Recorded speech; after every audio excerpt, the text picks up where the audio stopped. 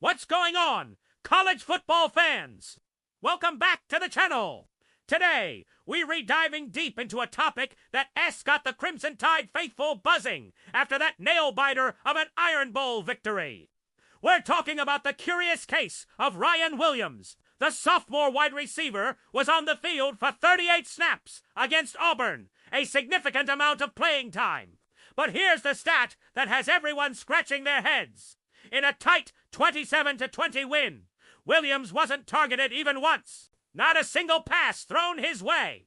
Now, this is the same Ryan Williams who absolutely lit up the SEC as a freshman, leading Alabama with 865 receiving yards and 8 touchdowns.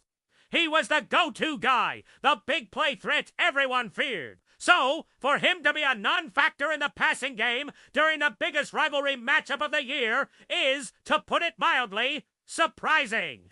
It's especially confusing when you consider his track record of stepping up in big moments over his 2 years in Tuscaloosa. This season has been a bit of a different story for Williams, though. He's been hampered by injuries and has struggled with some uncharacteristic drops, which has led to some inconsistency. His numbers are still respectable, 40 catches for 598 yards, but he has become less of a focal point in the offense, especially down the stretch.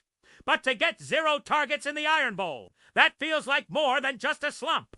So, what's the official word from the top? Well, Coach DeBoer addressed the situation, and he was quick to shut down any speculation that Williams is being phased out or is in the doghouse. According to DeBoer, it was just the way the game unfolded. He said, and I quote, "He was out there. There's nothing to read into there at all." DeBoer explained that many of Alabama's passing plays aren't designed to go to one specific player. They're based on concepts and reading the defense. He mentioned there were opportunities where the ball could have found Williams, but for one reason or another, the progression just didn't get to him in the route. Think about how a quarterback works through his reads. He might have a primary, secondary, and tertiary option on any given play.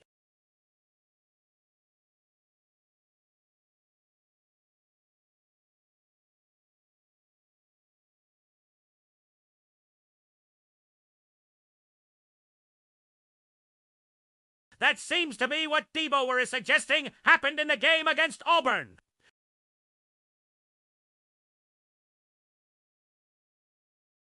DeBoer specifically pointed to the performance of Isaiah Horton as an example. Horton stepped up and made some crucial catches, and that's where the opportunities went. It's a next man up mentality, but it also highlights the depth of talent in Alabama's receiving corps.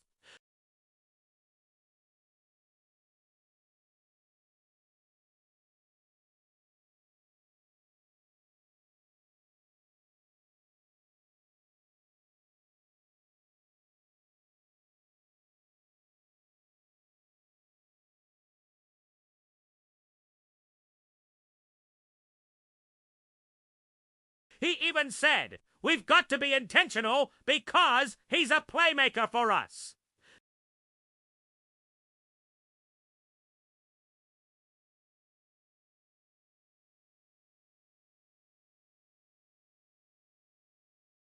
DeBoer mentioned that things like screens and other designed plays are ways to intentionally get the ball into a player's hands.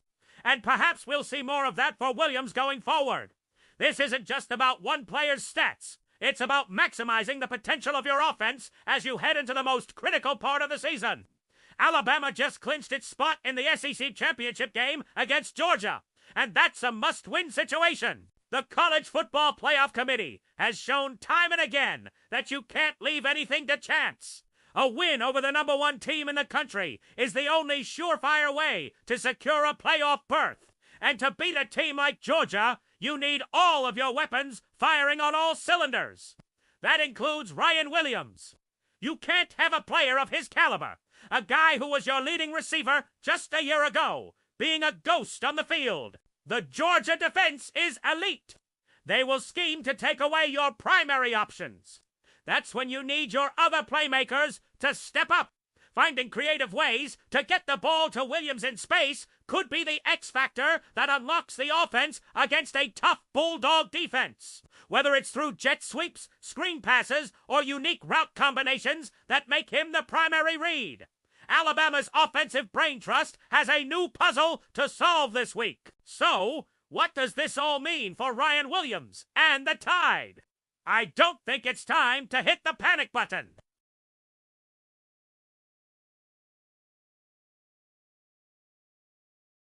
But it does put a spotlight on the offensive game plan for the SEC championship.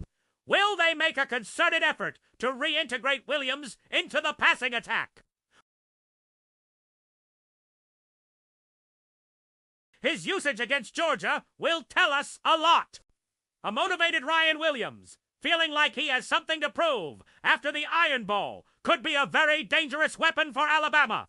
We've all seen what he can do when he's at his best. The explosive speed, the ability to make defenders miss in the open field, the knack for coming down with contested catches. That's the player Alabama needs in Atlanta. It's a testament to the Team S talent that they could beat their arch-rival without a single target to a player like him. But it's not a formula for success they'll want to rely on against the Dogs. Let's look at the bigger picture. This is Coach DeBoer's first year. He's still learning his personnel, and the players are still mastering his system. It's a dynamic process. The offense that started the season is not the same one we're seeing now, and it will continue to evolve. This situation with Williams is just another part of that evolution. The coaches have seen the film. They've identified an issue, or at least an area for improvement, and now they have an opportunity to correct it on the biggest stage. I'm curious to hear what you all think. Was the zero-target game just a fluke, a product of game flow and defensive coverages? Or is it a sign of a bigger issue with Williams' role in the offense? How crucial is it for Alabama to get him involved against Georgia? Drop your thoughts in the comments below. I read every single one, and I'm really interested in the discussion on this. Is this a mountain out of a molehill, or a legitimate concern heading into championship weekend?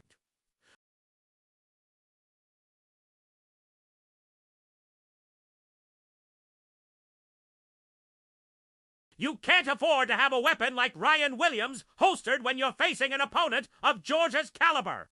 The coaching staff's ability to adjust and be intentional about getting him the ball could be one of the deciding factors in the SEC championship and Alabama's quest for a spot in the college football playoff. Thanks for tuning in, everyone.